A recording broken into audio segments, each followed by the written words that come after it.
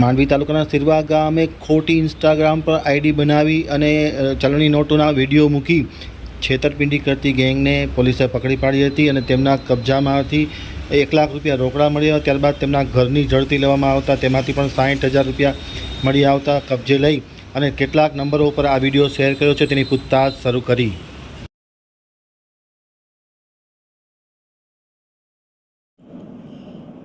અત્રે બોર્ડર રેન્જના range IG સાહેબ શ્રી GA કોરડિયા સાહેબ અને પોલીસ અધિક્ષક સાહેબ શ્રી વિકાસ સુંદા સાહેબની જે સૂચના હતી કે ભાઈ જે બી ચીટિંગ કરે છે, જે લોકો તો ચીટિંગ કરવાવાળી જે મંડળી છે તે લોકો બાબતે વોચમાં રહી બાતમી મેળવી અને તેમની પર કાયદેસર કાર્યવાહી કરવી.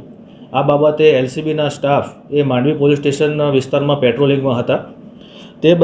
તે દરમિયાન LCBના સ્ટાફ જે મૂળરાજભાઈ ગઢવી અને લીલાભાઈ દેસાઈને સંયુક્ત રીતે બાતમી મળે કે ઇરફાન શાહ કાદર શાહ સૈયદ જે સિરવા ગામના છે એ પોતે 100ની અને 500ના નોટની વિડીયો ઇન્સ્ટાગ્રામ આઈડી પર મૂકી અને લોકો સાથે છેતરપિંડી કરવાની ફિરાકમાં છે.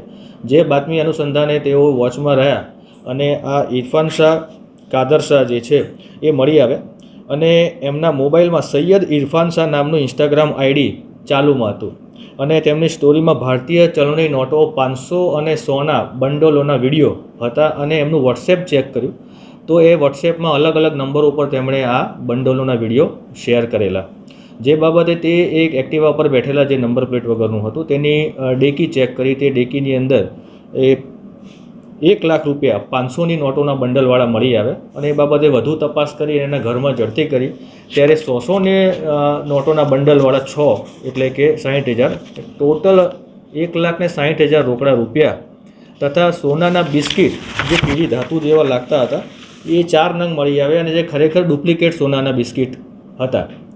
આ બાબતે ઇરફાન શાહની પૂછપરછ સ્ટાફ દ્વારા કરવામાં આવેલ ત્યારે તેમના પિતાજી જે છે કાદર શાહ લતીફ શાહ સૈયદ તેમણે આ સોનાના બિસ્કિટ એ અબ્દુલ કાદર રમઝાન સોઢા જે રહીમનગર ભુજ ખાતે રહે છે તેમની પાસેથી મેળવેલા.